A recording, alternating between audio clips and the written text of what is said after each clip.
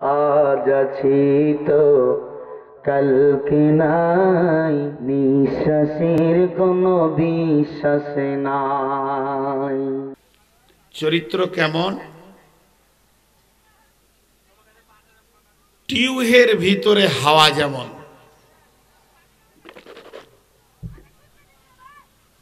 আরেকবার বলছি, চরিত্র কেমন?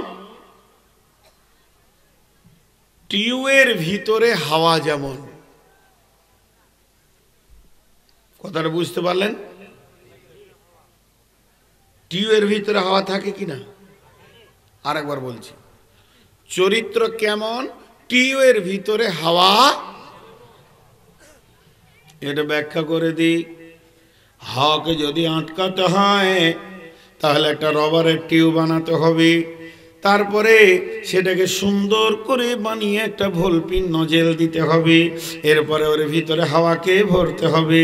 হাওয়া যখন ঢুকে যাবে, হাওয়া কিন্তু কোনো সময় টিউবের ভিতরে থাকে না, ওকে রাখতে হয়। ওর ইচ্ছা কোনো দিন থাকে না যে আমি থাকবো, জোর করে ওকে রাখতে হয়। হাওয়া টিউবে থাকে না, ওকে রাখতে হয়। হাওয়া প্রতিনিয়তে খালি একটা লিক খুঁজে, যে একটা লিক যখন পাবো তখন ফুঁস করে সব বের হয়ে চলে যাবে। তেমনি মানুষের ভিতরে সুন্দর চরিত্রকে আটকিয়ে রাখতে হয় ব্যবহার নামে টিউ দিয়ে। আর ব্যবহার নামে টিউটা যদি লিক থেকে যায় তাহলে ওর চরিত্র ফুঁস হয়ে বেরিয়ে চলে যাবে। জোহা মানে হচ্ছে উদীয়মান সূর্য, প্রখরতা যখন দেয়। ফালাক, ফালাক শব্দের অর্থ হলো এই কেবল আকাশ সাদা হয়েছে। আর জোহা মানে উদীয়মান সূর্য, একদম প্রখরতা দিয়েছে। এই জন্য ঈদুল জোহা, ঈদুল আজহা বলা হয়। তো এই সূরাটা আমি গোটা পড়েছি, আর ওই সূরাটাকে কেন্দ্রের মধ্যে রেখে আজকে আপনাদের সামনে একটা আমি বিষয় রেখেছি। বিষয়টার নাম হচ্ছে চরিত্র। বিষয়টার নাম কি বললাম? চরিত্র। চরিত্র, আখলাক। বিশ্বনবী বলেছেন, বুইস্তু উতিম্মা লিমাকারিমাল আখলাক। আমাকে পৃথিবীতে পাঠানো হয়েছে চরিত্রের মেসেঞ্জার করে, চরিত্রের টিচার করে, চরিত্রের মাস্টার, চরিত্রের শিক্ষক করে আমাকে পৃথিবীতে পাঠানো হয়েছে। বিশ্বনবী কোন সাহাবীকে বড় কোম্পানি বানিয়ে যাননি, কিন্তু প্রত্যেকটি সাহাবীকে চরিত্রবান বানিয়েছিলেন। চরিত্রের মূল্য কত? চরিত্রের অবস্থান কেমন? চরিত্র থাকে কোথায়? চরিত্র দেখতে কেমন? চরিত্রকে রাখার বিষয়টা কেমন? আগে চরিত্রের কথাগুলো সেরে নি, তারপরে আমি এই সূরাটার দিকে এগিয়ে যাব। মানুষকে তিনখানা উপকরণ দিয়ে আল্লাহ বানিয়েছেন। তোমাদেরকে আলাদা করে বসতে বলতে হবে এই সমাজে। দেখেন চরিত্র কাকে বলে। আজকে যে বায়ান ধরেছি তার দুশ্চরিত্র খানিক দেখিয়ে দিল আর কি। যারা আসতে পারলো না, খানিক পরে আমার কথাগুলো যেন আপনাদেরকে মনে হবে আঘাত দিচ্ছে, কিন্তু আমি ক্ষমা চেয়ে নিচ্ছি, কারণ বিষয়টা আমি আগে ধরেছি, তারপর আপনারা দূরে বসে আছেন। তো মনে করিয়েন না যে আপনাদেরকে টার্গেট করে বলছি। খালি আমার বিষয়ের দিকে আপনারা একটু খেয়াল রাখবেন। মানুষকে তিনখানা উপকরণ দিয়ে বানানো হয়েছে। এটা বহু উপস্থাপনায় বলে থাকি, আজকে শর্ট করব। দুইটি দেখা যায়, একটা দেখা যায় না। কিছু অভ্যন্তরীণ, চোখ, কান, হাত, পা, নাক ইত্যাদি ইত্যাদি, এগুলো হলো বাহ্যিক। আর অভ্যন্তরীণ আছে দুইটা, ভিতরে কিডনি আছে, হার্ট আছে, কলিজা আছে, আঁতুড়ি আছে, ফ্যাঁপসা আছে, এগুলো অভ্যন্তরীণ। এগুলো চেষ্টা করলে দেখা যাবে। কিভাবে? হয় মানুষটাকে কাটতে হবে, দেখা যাবে, না হয় ওকে এক্স-রে ক্লিনিকে নিয়ে গিয়ে ওকে ক্যামেরা দিয়ে ছবি তুলে ওর হাড়গুলো পর্যন্ত দেখা যাবে। আর একটা উপকরণ আছে যা কোনোদিন দেখা যাবে না, না এক্স-রে ক্লিনিকে দেখা যাবে, না কাটলেও পাওয়া যাবে, কিন্তু মানুষের ভিতরে আছে। সেটা হলো ঈমান, দুঃখ, বেদনা, হাসি, কান্না, গীবত, পরনিন্দা, পরচর্চা, ভয়, সাহস, উদ্দীপনা, প্রেরণা, ভালোবাসা, প্রেমপ্রীতি, হিংসা, বিদ্বেষ, পরশিকাতরতা, ঈমান, শিক্ষাগত যোগ্যতা, এগুলো মানুষের ভিতরে সফটওয়্যার ভরা আছে। কিন্তু এগুলো আপনি ক্যামেরাতেও দেখতে পাবেন না।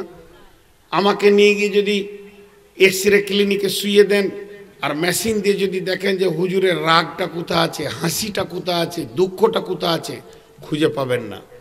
অথচ মানুষের ভিতরেই এই উপকরণগুলো আছে, আল্লাহ মানুষকে দিয়েছে। যখন যেটা কাজে লাগে সেই জিনিসটা ঠিক টাইমে এসে হাজিরি দেবে। যদি কাঁদার দরকার হয় বেদনা আসবে, যখন হাসার দরকার হবে প্রফুল্লতা উৎফুল্লতা আসবে, তখন মুখে হাসি অটোমেটিক আসবে। এই সফটওয়্যারগুলো মানুষের ভিতরে দেওয়া আছে। এখন দুটি জিনিস আপনাদেরকে বলবো, হাত, পা, চোখ, কান, মাথা থেকে পা পর্যন্ত ভিতরে হাড়, কিডনি যা আছে টোটালটা যদি এক কথায় শুনতে চান, তোর নাম হবে দেহ। ওর নাম কি হবে? সকলে জোরে বলেন, নাম কি হবে? দেহ বা শরীর। আর যদি হাসি, কান্না, বেদনা, দুঃখ, প্রেরণা, উদ্দীপনা, ব্যথা, বেদনা, হিংসা, পরনিন্দা, পরচর্চা, যেগুলো দেখা যাবে না, টোটালটাকে এক জায়গায় করে যদি ওর নাম জিজ্ঞেস করেন তো ওর নাম হবে চরিত্র। ওর নাম কি হবে? মানুষের চোখ কান দেখা যায় কিন্তু চরিত্র দেখা যায় না। চরিত্র কার্যক্ষেত্রে ফুটে ওঠে, চরিত্র কার্যক্ষেত্রে ফুটে ওঠে। আজকে আমি খুব ডিপলি দর্শন ধরেছি, যদি আপনারা মন দিয়ে শোনেন তো আমি কামিয়াব হব যে বাংলাদেশের মাটিতে কিছু দিয়ে এসছি। দুটো মানুষের চরিত্র বিকাশ ঘটেছে। জি ভাই, চরিত্রের কত মূল্য, চরিত্রের কত মূল্য যে আল্লাহ তাবারাক ওয়া তাআলা বিশ্ব নবীর চরিত্রের বিকাশের জন্য গোটা কোরআনটাকে ওয়াকফ করে দিয়েছেন। কি বলেছেন? ওয়া ইন্নাকা লা আলা খুলুকিন আযীম। সকলে জোরে বলেন, ওয়া ইন্নাকা লা আলা খুলুকিন আযীম। আমার বিশ্ব নবীর সম্পূর্ণ চরিত্রটা হচ্ছে আল কোরআন। তাহলে চরিত্রের কত মূল্য, চরিত্রের কত মূল্য। জি ভাই, খুব খেয়াল করি চরিত্র থাকে কোথায়, চরিত্রের অবস্থান কোন জায়গায়। আপনাকে যদি বলা হয় হাত কোথায় আছে, বলে দুই বাহুতে। পা কোথায় আছে? দেহের নিচে। আঙ্গুল কোথায় আছে? হাতের সামনে ভাবে। ও কেন দাঁড়িয়ে আছে? দেখো ও কোন দুশ্চরিত্র, ও দাঁড়িয়ে এমনি করে। একটা সমাজে সবাই বসে আছে, একা দাঁড়িয়ে। তো চরিত্রে এগুলো বলা যাবে। চোখ কোথায় আছে? কপালের নিচে, নাকের ওপরে। নাক কোথায় আছে? দুই চোখের মাঝে। মুখ কোথায় আছে? নাকের নিচে। এগুলো বলা যাবে কি যাবে না? কিন্তু চরিত্র কোথায় থাকে? এই দেহেই তো আছে।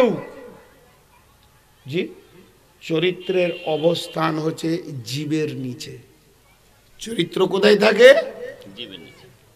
জীবের নিচে। যতক্ষণ পর্যন্ত মানুষ কথা না বলবে অতক্ষণ পর্যন্ত ও কোন চরিত্রের বোঝা যাবে না। আর যখনই মুখ খুলবে তো চরিত্রের বিকাশ হয়ে যাবে, এটা কোন মালের মাল। কথা ঠিক না বল? আমি কাপড় পরে আছি, আপনারাও কাপড় পরে আছেন। দেহকে নাঙ্গা করা যায়, দেহকে নাঙ্গা করা যায় কি যায় না? যায়। দেহকে নাঙ্গা করা যায়। সবাই যদি একসঙ্গে আমার কাপড় ছিঁড়তে লাগেন, শরীরে কাপড় থাকবে? নাঙ্গা হয়ে যাব।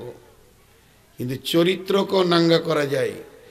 দেহর কাপড়কে কেড়ে নিলে যেমন নাঙ্গা হয়ে যায় মানুষ, মানুষকে যদি ওর চরিত্র নাঙ্গা করতে হয় ওকে একটু রাগিয়ে দিতে হবে। মানুষ যখন রেগে যায় তখন তার চরিত্রের মূল বিকাশটা বের হয়, তার মুখ থেকে কি দুর্গন্ধময় ভাষা বের হয়। তখন বোঝা যায় যে আর কাপড় পরে ইজ্জত ঢেকে নাই, বেজ্জতি হয়ে গেছে। জি ভাই, আল্লাহ তাবারক ওয়া তাআলা দেহের সঙ্গে চরিত্রের কোনো সম্পর্ক নাই। চরিত্র আলাদা জিনিস, দেহ আলাদা জিনিস। দেহের সঙ্গে সৌন্দর্যের সম্পর্ক আছে। নাকটা ভালো, চোখটা ভালো, কানটা ভালো, দেখতে ভালো, সুশ্রী সুন্দরী, সুন্দর সুন্দরী, হাসিন হাসিনা সব বলা যাবে, কিন্তু চরিত্র কেমন আছে বলা মুশকিল আছে। জি, আবার লোকটা দেখতে কালো, ঠোঁট মোটা, ভালো নয়, শরীর ভালো নয়, চামড়া মোটা, গাল মোটা, কিন্তু চরিত্র ভালো, এটা হতে পারে। আবু লাহাব তার নাম দেয়া হলো অগ্নিশিখার বাপ, মানে অত্যন্ত দেখতে সুন্দর ছিল আবু লাহাব, কিন্তু চরিত্র এত নোংরা ছিল যে ওর শেষ মওতে ওকে কেউ গায়ে হাত দিল না, লাঠি করে ঠেলে ঠেলে খালে পুঁতে দিল। আর হযরতে বিলাল দেখতে খারাপ ছিলেন, কিন্তু চরিত্র ছিল নোরানি। কাবায় দাঁড়িয়ে আজান দিলেন, আল্লাহু আকবার, আল্লাহু আকবার। চরিত্রের সাথে, সৌন্দর্যের সাথে দেহের সম্পর্ক, আর চরিত্রের সাথে আত্মার সম্পর্ক, আর আত্মার সাথে আল্লাহর সম্পর্ক, দেহের সাথে পৃথিবীর সম্পর্ক। যার চরিত্র ভালো তার সব ভালো। তাই আজকে আমাকে চিরির বন্দর কারেন্টের হাট থেকে একটা যুবক মোটর বাইকে করে নিয়ে আসলো। তো বলছে, হুজুর, ও গাড়ি চালাতে চালাতে বলছে আমার জন্য একটু দোয়া করবেন, আমি উদীয়মান যুবক, তো একটু দোয়া করবেন। ভাষাটা খুব যুবক, তো একটু দোয়া করবেন। আমি ওকে তখন বললাম, একটা দর্শন দিছি, ট্যাবলেটের মতো যদি খেতে পারো সব জায়গায় ব্রেক হবে। বলে কি বলেন? আমি বললাম, সব সুন্দর ভালো নয়, কিন্তু সব ভালোর ভিতরে সৌন্দর্য লুকিয়ে আছে। সব সুন্দর ভালো নয়, কিন্তু সব ভালোর ভিতরে সৌন্দর্য লুকিয়ে আছে।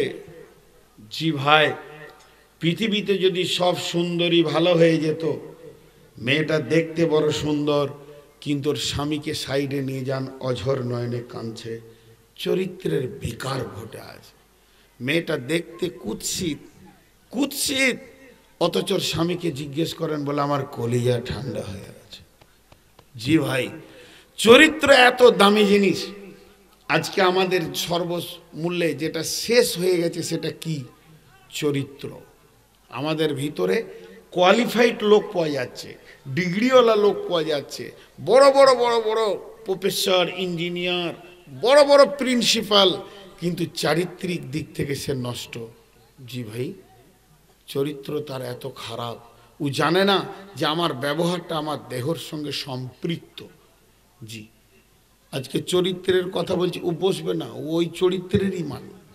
ওই যে এসেছে, সে দাঁড়িয়ে আছে, একদম এমন করে দাঁড়িয়েছে, ও মনে হচ্ছে যেন আমার মাস্টার আমার ক্লাস নিচ্ছে আর কি, আমি ওকে ক্লাস শোনাচ্ছি, অনেকক্ষণ থেকে দাঁড়িয়ে আছে।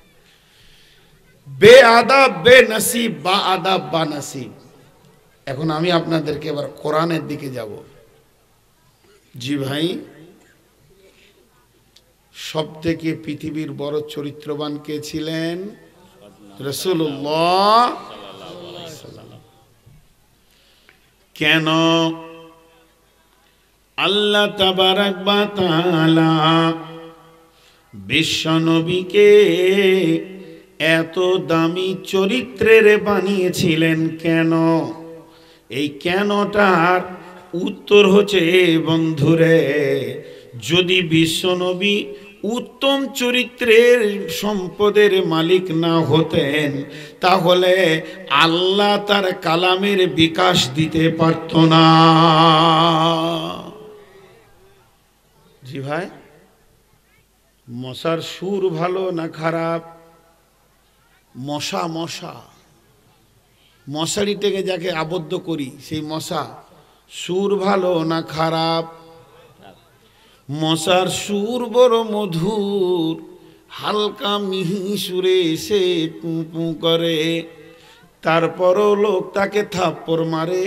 সুর যত ভালোই হোক না কেন, ওর চরিত্র খারাপ, এর জন্যে লাত খায়। বন্ধুরা আমার, সমাজে যতগুলি ডিগ্রি আছে আপনি করেলেন, আপনি বড় মাওলানা হয়ে যান, বড় মুফতি হয়ে যান, আর বড় ডাক্তার হয়ে যান, বহু ডাক্তারের চরিত্র খারাপ, বহু ইঞ্জিনিয়ারের চরিত্র খারাপ, বহু স্কুল মাস্টার ফেঁসে গেছে, বহু আলেম ওলামা ফেঁসে গেছে, তারা চরিত্রের দিক থেকে নষ্ট হয়ে গেছে। চরিত্র বানাতে সময় লাগে অনেক বেশি, কিন্তু চরিত্র যেতে সময় লাগে না বেশি। সেকেন্ডের ভিতরে আপনার চরিত্রটা আপনার কাছ থেকে চলে যাবে। মশা তার দুশ্চরিত্রের কারণে লাত খায়। ভাইরা আমার, এবার আপনাদেরকে একটা উদাহরণ দিই। কবি রবীন্দ্রনাথ বলেছেন, হতে পারো তুমি ডাক্তার, মাস্টার, ইঞ্জিনিয়ার, এটা আমি বিশ্বাস করি, কিন্তু তুমি পূর্ণাঙ্গ মানুষ হতে পেরেছো কিনা এর ওপরে আমার সন্দেহ থেকে গেছে। তুমি আলিম হতে পারো, মাওলানা হতে পারো, মুফতি হতে পারো, তুমি বক্তা হতে পারো, কিন্তু তুমি মানুষ হয়েছো কিনা এ ব্যাপারে আমার সন্দেহ থেকে গেছে। যদি তুমি বলো আমি বড় ইঞ্জিনিয়ার, আমাকে বিশ্বাস করতে সময় লাগবে না। তুমি যদি বলো আমি বড় ডাক্তার, আমাকে বিশ্বাস করতে সময় লাগবে না।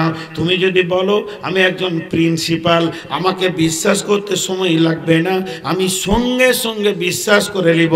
নূর মোহাম্মদ, তুইও যদি বলিস আমি আন্তর্জাতিক বক্তা, এটাও আমি বিশ্বাস করে নিব, কিন্তু তুই চরিত্রবান কিনা এ ব্যাপারে আমার সন্দেহ থেকে গেছে। চরিত্রবান কিনা এ ব্যাপারে সন্দেহ থেকে গেছে। চরিত্র কেমন?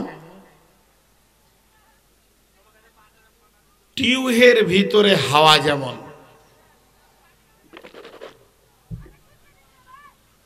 আরেকবার বলছি, চরিত্র কেমন? টিউবের ভিতরে হাওয়া যেমন। কথাটা বুঝতে পারলেন? টিউবের ভিতরে হাওয়া থাকে কিনা? আরেকবার বলছি, চরিত্র কেমন? টিউবের ভিতরে হাওয়া। এটা ব্যাখ্যা করে দিই। হাওয়াকে যদি আটকাতে হয় তাহলে একটা রবারের টিউব বানাতে হবে, তারপরে সেটাকে সুন্দর করে বানিয়ে একটা ভলপিন নজেল দিতে হবে, এরপরে ওর ভিতরে হাওয়াকে ভরতে হবে। হাওয়া যখন ঢুকে যাবে, হাওয়া কিন্তু কোনো সময় টিউবের ভিতরে থাকে না, ওকে রাখতে হয়। ওর ইচ্ছা কোনো দিন থাকে না যে আমি থাকবো, জোর করে ওকে রাখতে হয়। হাওয়া টিউবে থাকে না, ওকে রাখতে হয়। হাওয়া প্রতিনিয়তে খালি একটা লিক খুঁজে, যে একটা লিক যখন পাবো তখন ফুঁস করে সব বের হয়ে চলে যাবে। তেমনি মানুষের ভিতরে সুন্দর চরিত্রকে আটকে রাখতে হয় ব্যবহার নামে টিউ দিয়ে। আর ব্যবহার নামে টিউটা যদি লিক থেকে যায় তাহলে ওর চরিত্র ফুঁস হয়ে বেরিয়ে চলে যাবে। নূর মোহাম্মদ ভালো, বাহ বাহ বাহ বাহ ভালো। নূর মোহাম্মদ ভালো বক্তা, বাহ বাহ বাহ বাহ ভালো। নূর মোহাম্মদ হাদিস বুঝে ভালো, বাহ বাহ বাহ বাহ ভালো। এই বাহ বাহাটা কতদিন চলছে? আমার বয়স যখন 26 তখন থেকে চলছে, আমার বয়স যখন 20 তখন থেকে লোক আমাকে বক্তা হিসেবে নিয়েছে। আজকে আমার বয়স হলো 30, তার মানে আজকে বয়স হলো আমার 50, তার মানে আমি টোটাল 30 বছর মানুষের কাছে বাহ বাহ বাহ বাহ। বাংলাদেশ বলছে বাহ বাহ বাহ বাহ, গোটা দিনাজপুর বলছে বাহ বাহ বাহ বাহ, আমার নামে হাততালি দিচ্ছে। এত ভালো মানুষ পৃথিবীর বুকে নাই। ইন্ডিয়াতে বেশ কয়টা রাজ্য বলছে, আসাম বলছে, ত্রিপুরা বলছে, মেঘালয় বলছে, জোরহাট বলছে, বল্লেন বলছে, পশ্চিমবঙ্গ, ঝাড়খণ্ড, বিহার বলছে বাহ বাহ বাহ বাহ, ভালো বক্তা। পৃথিবী জুড়ে আমার নাম হয়ে গেছে। হঠাৎ শোনা গেল আমি নাকি মহিলার সঙ্গে ধরা খেয়েছি। 70 বছরের চরিত্র একটা লিখ দিয়ে বেরিয়ে চলে গেল। লোক আমার নামে শয়তান ডাকতে শুরু করলো। 70 বছরে বানানো চরিত্র মাত্র 3 মিনিট লাগলো না যেতে। ওতে বন্ধুরে, হাওয়ার যেমন টিউবের ভিতরে রাখে, চরিত্রকে নিজের ব্যবহার দিয়ে আটকে রাখতে হয়। দেখেন দাঁড়িয়ে আছে, ভিতরে চলে আসেন। আলেম মানুষ, এদিকে একটা চেয়ার খালি আছে, চেয়ার দিয়ে দেন। জি, তো নিজেকে বিকাশ দিতে হবে কি দিয়ে? চরিত্র দিয়ে। আমি কোথায়, কোন সমাজে, কিভাবে, তো চরিত্রের মূল্য অনেক বেশি। জি ভাই, এখন ব্লুটুথ জেন্টার না কি বলে, যে মোবাইল আছে, মানে আমার ভিডিও অডিওটা আপনার মোবাইলে দেবো, শেয়ার। আর কি কি আছে যে ওইটার মাধ্যম দিয়ে মেসেঞ্জার দিয়ে চেঞ্জ হয়। আচ্ছা, আমি অত মনে থাকবে না, নাম বলতে পারবো না, আমি খালি ব্লুটুথটা বলছি। আচ্ছা, যার ভিতরে ব্লুটুথ নেই সে ট্রান্সফার দিতে পারবে? বলেন পারবে? এখন আমি একটা উদাহরণ দিব। এটা হলো কোরআন। এবার ধরেলেন গোটা কোরআনের তফসিরটা আমার মুখস্থ।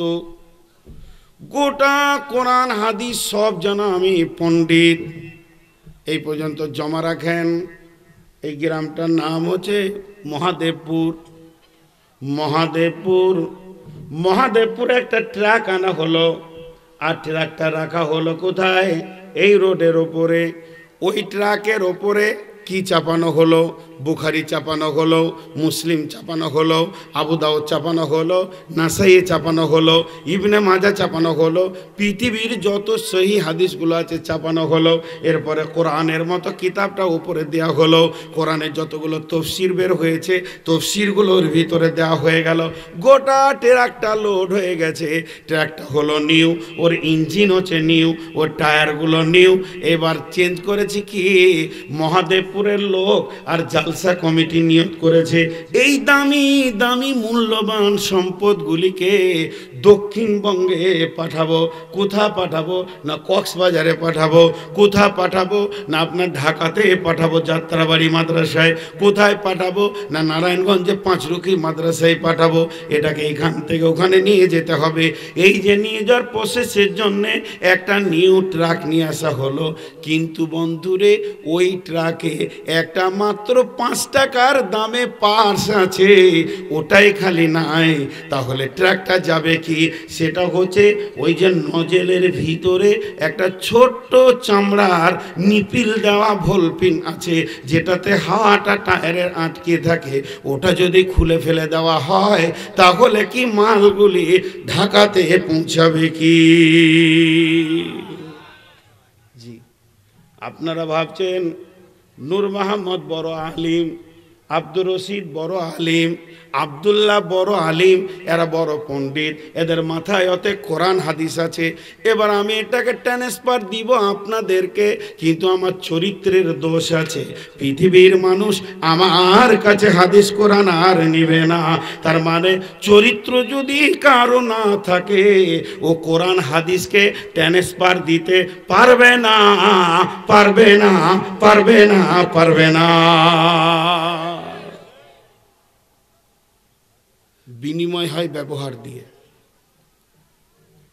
বিনিময় হয় ব্যবহার দিয়ে।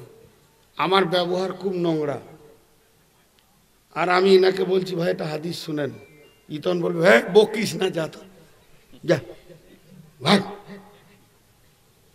লিবে না। ব্যবহারের ত্রুটি থাকলে ওর কাছ থেকে কেউ হাদিস কোরআন দিবে না। একজন দার্শনিক বলেছেন টাকা দিয়ে গোলাম কিনা যায়, আর ব্যবহার দিয়ে বাদশাকে গোলাম করা যায়। কথা ঠিক না বউ?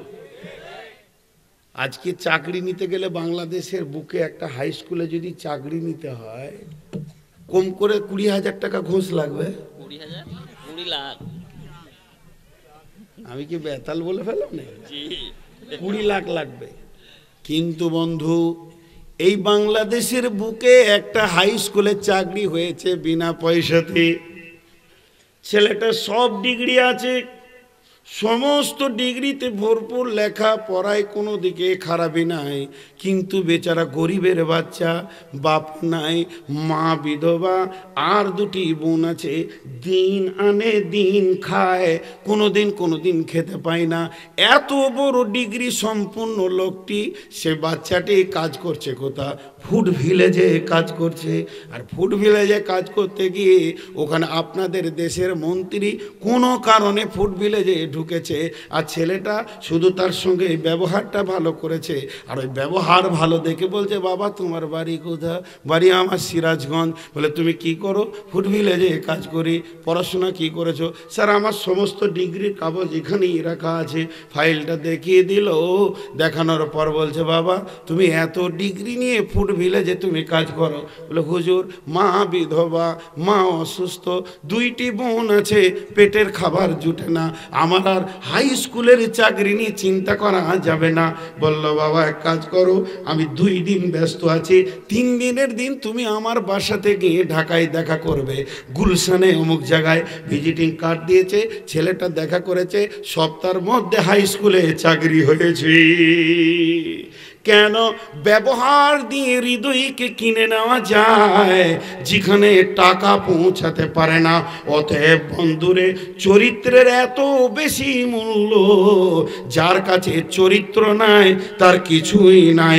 আর যার চরিত্র আছে, পৃথিবীর বুকে যদি সে ভিখারি হয়, তাহলে সে বড় সম্পদের মালিক হয়ে আছে। অতএব বন্ধুরে, সব থেকে দামি হলো মানুষের কাছে চরিত্র।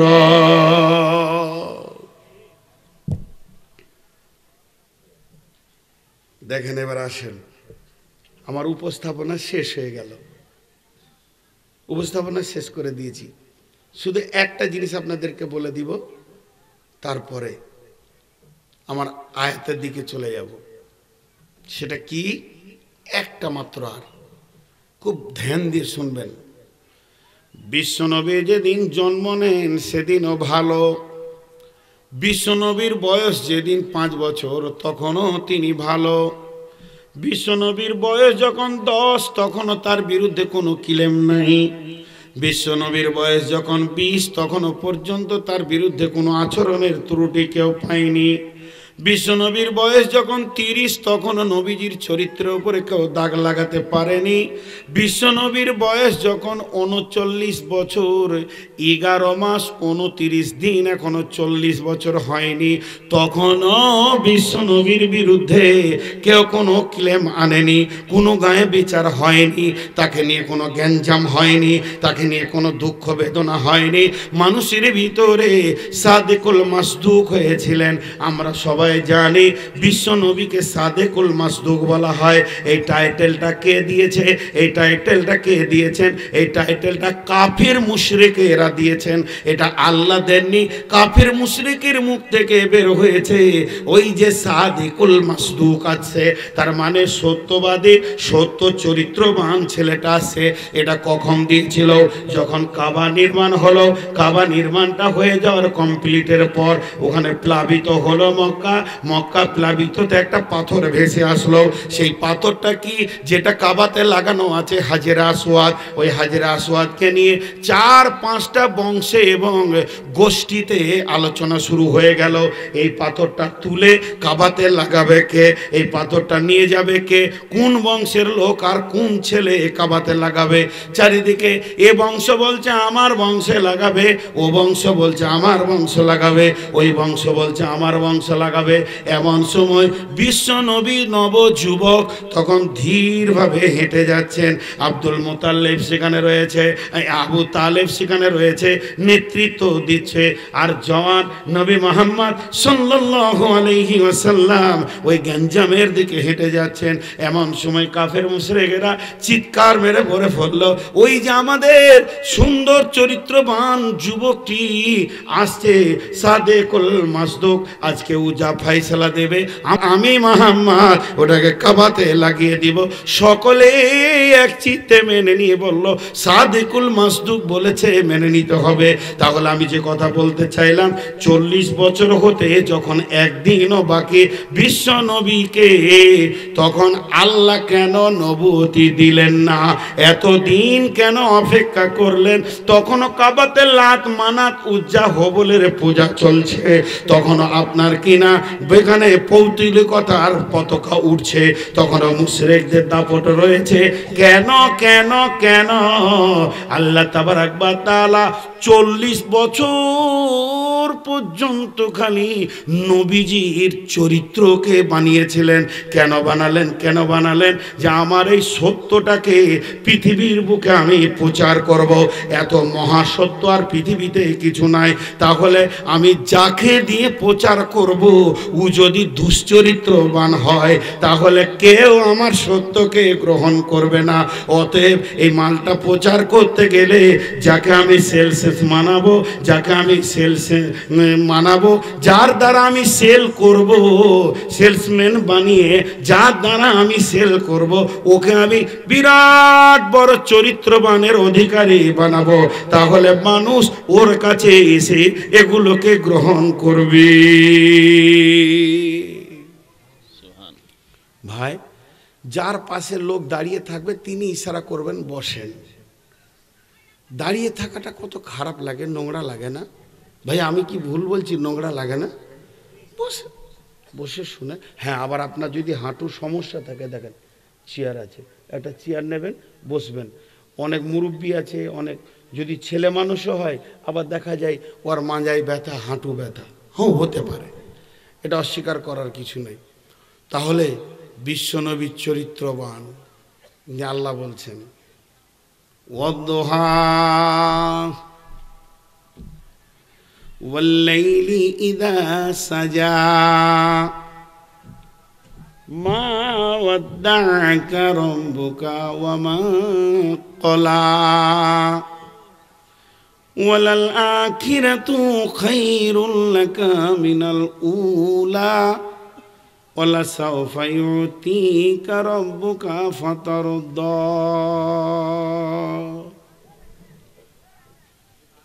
দেখেন, আপনারা সবাই 5 সেকেন্ড চুপ থাকেন, 5 সেকেন্ড। জি, মহিলাদের ভিতরে 2-4 জন গল্প করছে আর কি। আমি যখন থেকে উঠেছি এই মহিলার মুখ বন্ধ নেই। তাহলে কি আপনাদের জালসা আলাদা আলাদা হচ্ছে? মেয়ে বক্তা আলাদা আছে নাকি? তো ও যে বকিয়েছে রে বাবা, ও কখন নিচ্ছে, কখন ভলেন্টিয়ার দেওয়া হবে না?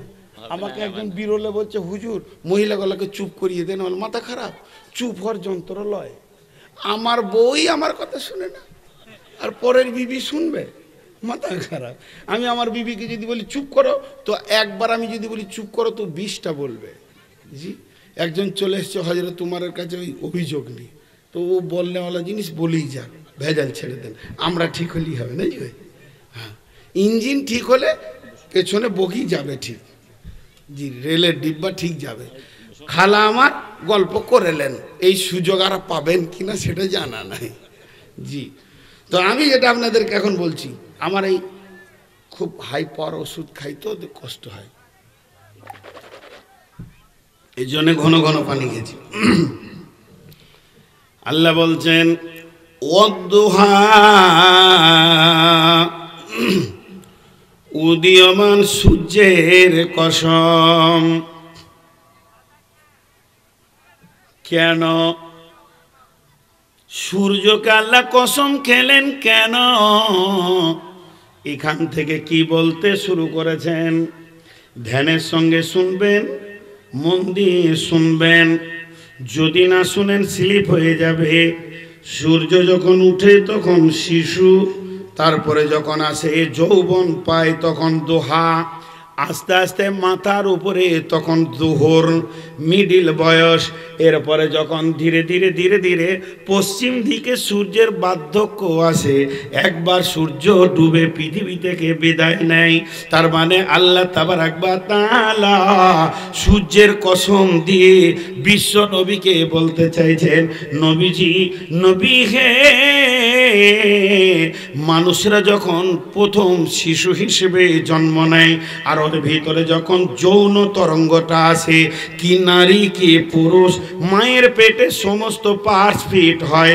আর পৃথিবীর পেটের জন্য 3খানা পার্টস আল্লাহ রেখে দেন। এগুলো মায়ের পেটে আল্লাহ দেন না কেন? তার আবার লম্বা কারণ আছে, আমি সেদিকে যাব না। মাথার চুল থেকে নিয়ে পায়ের নখ পর্যন্ত একটা সন্তানের সমস্ত পার্টসগুলো মায়ের পেটে ফিটিং হয়, কিন্তু 3টে ফিটিং করে পৃথিবীর বুকে আল্লাহ রেখে দেন। তার মধ্যে একটা হলো দাঁত। দাঁত দুনিয়াতে আসার পর হয়, তারপরে তার বিবেক চেতনতা, বিবেকটা মায়ের পেটে দেওয়া হয় না, তবে হালকা বিবেক থাকে। এরপরে তাকে দেওয়া হয় যেটা 3 নম্বর প্রায়, সেটা হলো যৌবন। মায়ের পেটে যৌবন দেওয়া হয় না, শিশুকালেও যৌবন থাকে না। যখন ওটার প্রয়োজন হবে, মেয়েদের যেদিন মেন্সে সিরাপ শুরু হবে, সেদিন তার শরীরে আল্লাহ যৌন তরঙ্গ বইয়ে দেবে। তেমনি পুরুষের যেদিন যৌবনের দরকার, ওই দিন যৌবন দেবে। আর একটা পুরুষের জন্ম থেকে মৃত পর্যন্ত, উদীয়মান থেকে অস্তমিত পর্যন্ত জুহা টাইম এসে যৌবনটা পায়। তার মানে একটা যুবক যদি জন্ম নেওয়ার পর মত হয় তার 60 বছরে, তাহলে 15 থেকে 20 বছরের ভিতরে পূর্ণাঙ্গ যৌনের উত্তাল হয়ে যায়। তা আমার আল্লাহ এই জন্যে ওই উত্তাল বয়সের সূর্যকে কসম করে বলছে যে চরিত্র গঠনের টাইম হলো ওই টাইমে। ব্রেক ফেল হয় তো যৌবনকে নিয়ে ফেল হয়, আর ব্রেক যদি ঠিক থাকে তো যৌবনকে নিয়ে ঠিক থাকে।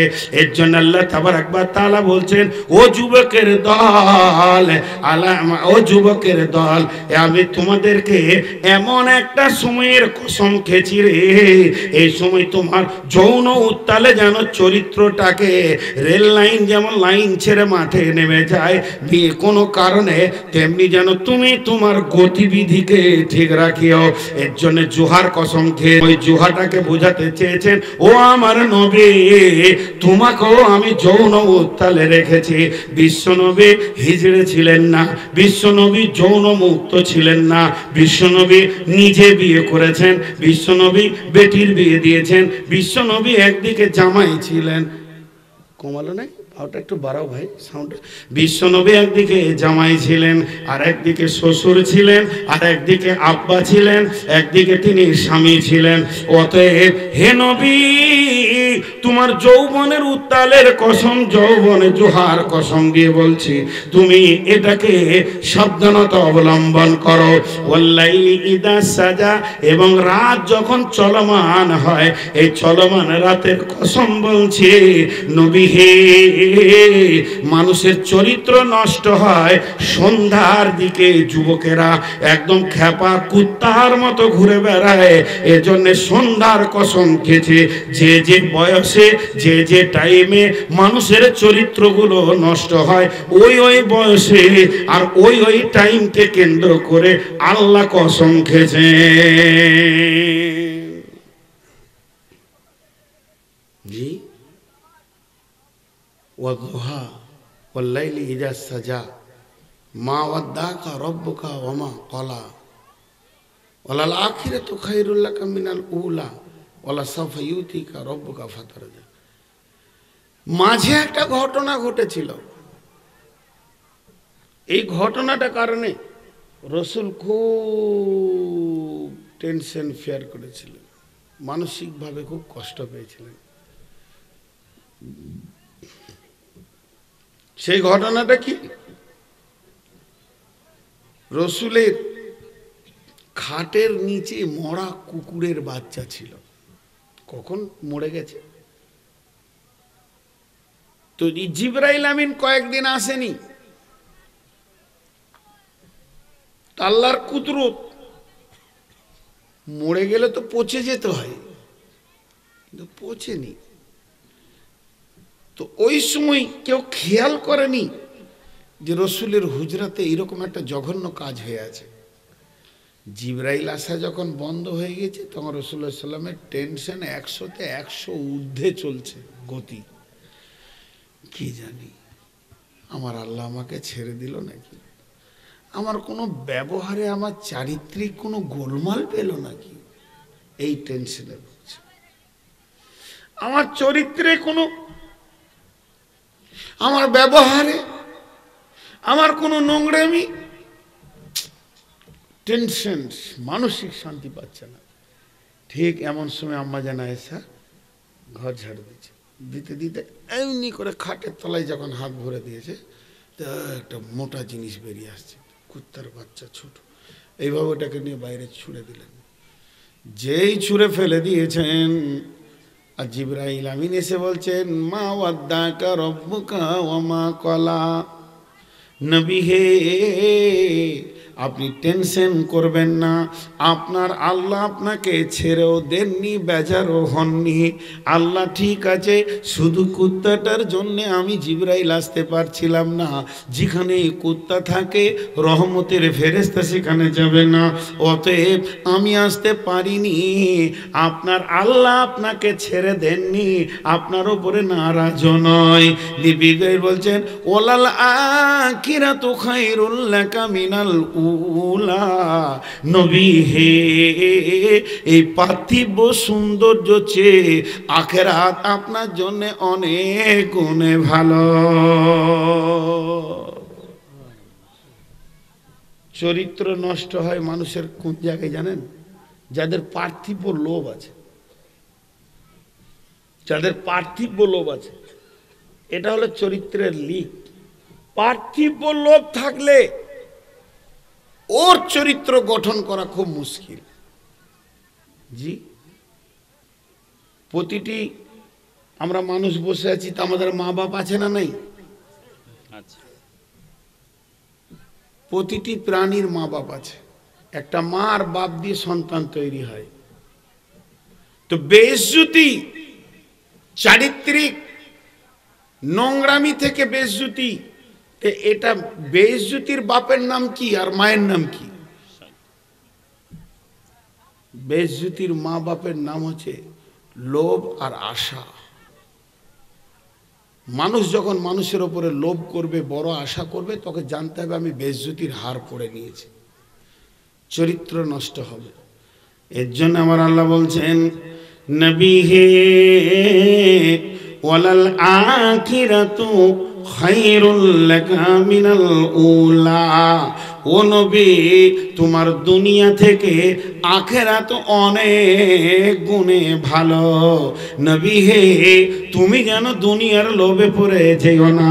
যদি দুনিয়ার লোভে তুমি পড়ে যাও, তাহলে তোমার চরিত্রের গোলমাল হয়ে যাবে, তোমার চারিত্রিক বিকাশের ক্ষতি হয়ে যাবে। কি রে বাপ, এই বুড়া ছবি নিয়ে কি করবি?